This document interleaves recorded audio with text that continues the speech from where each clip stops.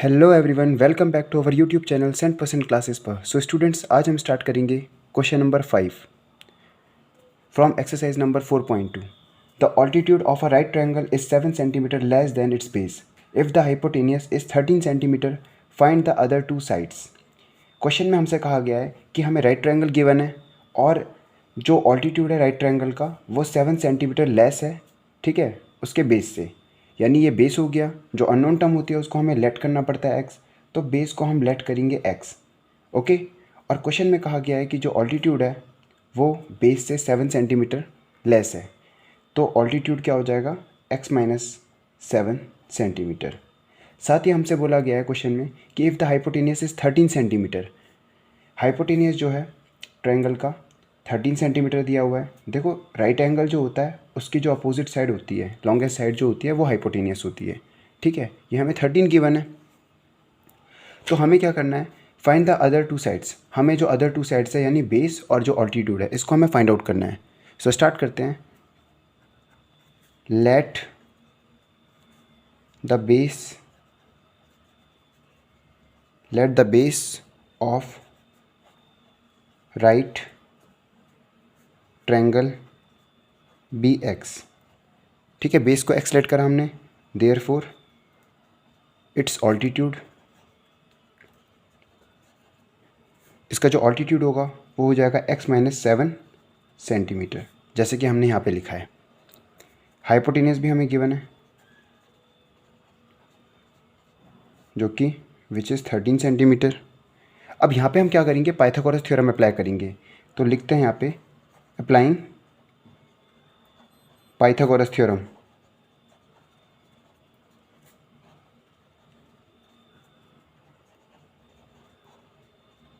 ठीक है, Pythagoras theorem यहाँ पे अप्लाई करेंगे। क्या होती है, हाइपोटेनियस का square is equals to perpendicular का स्क्वायर प्लस बेस का स्क्वायर। तो यहाँ पे जो लॉन्गेस्ट साइड दी हुई है हमें वो 13 दी हुई है, तो यहाँ पे हम क्या करेंगे, 13 रखेंगे। 13 का square is equals to perpendicular वाला पार्ट हमारा जो है एक्स माइनस 7 का होल स्क्वायर प्लस बेस हमें कितना गिवन है, एक्स गिवन है, तो एक्स का स्क्वायर, राइट। 13 का स्क्वायर कितना होता है, 169। यहाँ पे हमारी आइडेंटिटी बन रही है ए माइनस बी का होल स्क्वायर, ठीक है। तो क्या होता है, ए का स्क्वायर प्लस बी का स्क्वायर, 7 का स्क्वायर 49 माइनस का 2ab, 2 इंटू ए इंटू बी, तो 2 7 जा 14 और इंटू में x plus x square. So students आगे देखते हैं, x square plus x square हमारा हो जाएगा 2x स्क्वायर, और यहाँ पे x की टर्म्स में तो माइनस का 14x। ये 49 प्लस का है, इधर आके क्या हो जाएगा, माइनस का हो जाएगा, यानी 169 माइनस के 49। इधर बचेगा हमारा 120 और 2, यहाँ से हम 2 कॉमन ले लेते हैं, अंदर हमारा बच जाएगा एक्स स्क्वायर माइनस 2 7 जा 14 होता है, तो 7x, ठीक है। 2 के टेबल में आएगा 120, ऐसे कट जाएगी वैल्यू, 2 6 जा 12 0, ठीक है। तो एक्स स्क्वायर माइनस 7x। अब ये वाला जो पार्ट है, ठीक है, इसको हम इधर ले आते हैं, यानी हमारा हो जाएगा एक्स स्क्वायर माइनस 7x, ये प्लस का इधर आके माइनस का हो जाएगा, 60 इज इक्वल्स टू 0, ठीक है। यहाँ पे 0 होना था, मैंने इस पार्ट में लिख देता हूँ, ठीक है। तो हमारी कुछ इस प्रकार से यहाँ पे इक्वेशन फॉर्म हो गई। अब हमें ऐसी वैल्यू देखनी है जो हमें प्रोडक्ट करने में कितना दे दे, 60 दे दे, ठीक है, मल्टीप्लाई करने में 60 और प्लस या माइनस करने में कितना दे दे, 7। तो एक काम करते हैं, इसके फैक्टर्स निकालते हैं। देखो 60, 2 30 जा 60, 2 15 जा 30, 3 5 जा 15 और 5 1 जा 5। अब देखो 2 2 जा 4, 4 3 जा 12, 12 हो गया, और 12 इंटू में 5, 12 5 जा 60, मल्टीप्लाई करने में 60 आ गया, और 12 में से अगर 5 जाएंगे तो कितना बचेगा, 7। तो ये हो जाएगा हमारा एक्स स्क्वायर माइनस का, इसे हम लिख सकते हैं 12x, 12 5 जा 60 हो गया ना, और प्लस के 5x माइनस का 60 इज इक्वल्स टू 0। ओके, आगे देखते हैं। तो यहाँ से हो जाएगा हमारा x, देखो इस वाले पार्ट से हमारा x कॉमन आ रहा है, और यहाँ से हमारा क्या आएगा, 5 कॉमन आएगा, तो यहाँ से x कॉमन आया, अंदर बचेगा x माइनस 12 प्लस का 5 यहाँ से कॉमन आया, अंदर बचेगा x प्लस माइनस माइनस का 5, 12 जा 60। ओके, तो यहाँ से हो जाएगा हमारा x माइनस 12 और x plus 5 is equals to 0। Okay, तो यहाँ पे हमारा x माइनस 12 जो है, एक बार इसको हम 0 के इक्वल में इक्वेट करेंगे और यहाँ से एक बार x प्लस 5 जो है उसको 0 के इक्वल में इक्वेट करेंगे। तो यहाँ से हमें x की वैल्यू मिल जाएगी 12 और -5। अब जैसा आप लोग जानते हो कि जो बेस हो गया, मतलब साइड जो भी है वो नेगेटिव में तो होती नहीं है, ठीक है, साइड नेवर बी नेगेटिव। तो आपका x जो है वो कितना हो जाएगा 12, यानी x हमने लेट किया था बेस को, ठीक है। तो बेस वैल्यू कितनी आ जाएगी, बेस हो जाएगा हमारा 12 सेंटीमीटर और देयरफॉर इट्स ऑल्टीट्यूड जो कि क्या था, x माइनस के 7 था सेंटीमीटर। तो x हमारा 12 आ गया, तो 12 माइनस 7 कितना हो जाएगा 5 सेंटीमीटर। तो ये होता है क्वेश्चन यहाँ पे ख़त्म। सो स्टूडेंट्स, देखते हैं आप question number 6 from exercise number 4.2।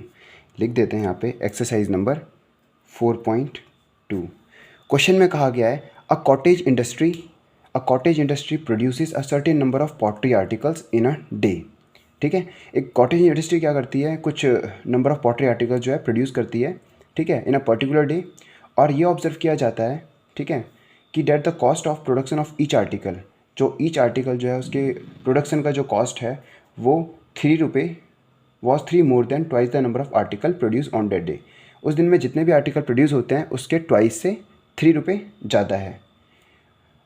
If the total cost of production on that day was ₹90, यदि उस दिन जो टोटल कॉस्ट ऑफ प्रोडक्शन होता है वो 90 रुपीज़ का होता है, तो हमको ये फाइंड आउट करना है कि how many number of articles produce and the cost of each articles. ठीक है, तो उस दिन कितने आर्टिकल्स जो है प्रोड्यूस हुए हैं और जो ईच आर्टिकल है उसका कॉस्ट क्या होगा। सो स्टूडेंट्स, पहले जो अननोन टर्म होती है उसको तो हम लेट कर लेते हैं। तो यहाँ पे लेट करेंगे, let the number of articles produced be x. अब मैंने मान लिया कि उस दिन जो है एक्स आर्टिकल प्रोड्यूस होते हैं, therefore cost of production of each article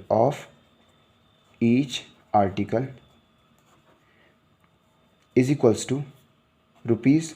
question में कहा गया है कि जो कॉस्ट होता है ईच आर्टिकल का वो जितने आर्टिकल उस दिन प्रोड्यूस होते हैं उसके ट्वाइस से 3 रुपये ज़्यादा होता है। ओके, आगे बोला गया है क्वेश्चन में जो टोटल कॉस्ट ऑफ प्रोडक्शन है, the total cost of production on that day is equals to ₹90। तो जो टोटल कॉस्ट ऑफ प्रोडक्शन होता है उस दिन वो 90 रुपीज़ होता है। तो आगे अकॉर्डिंग टू द क्वेश्चन, तो जो टोटल कॉस्ट है वो 90 रुपये होता है और ये 90 रुपये किसके बराबर होगा, वही नंबर ऑफ़ आर्टिकल्स एक्स जो उस दिन बन रहे हैं और जो कॉस्ट है ईच आर्टिकल का ट्वाइस ऑफ एक्स प्लस के 3 रुपीज़, इनका जो प्रोडक्ट होगा वो 90 के इक्वल होगा। वही यही तो कहा गया है क्वेश्चन में। ठीक है, इसे आगे सॉल्व करते हैं। तो 2x इंटू में x हमारा हो जाएगा यहाँ से 2x² plus 3 into x 3x is equals to 90। 2x² plus 3x, ये 90 प्लस का इधर आके माइनस का यहाँ पे 90 हो जाएगा, यहाँ पे बचेगा इज इक्वल्स टू 0।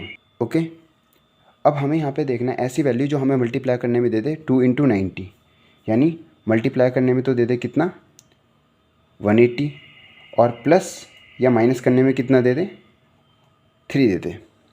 ठीक है, प्लस या माइनस करने में कितना दे दे 3 दे दे। तो इनके फैक्टर्स निकालते हैं। देखो यहाँ पे रफली फैक्टर्स निकालते हैं।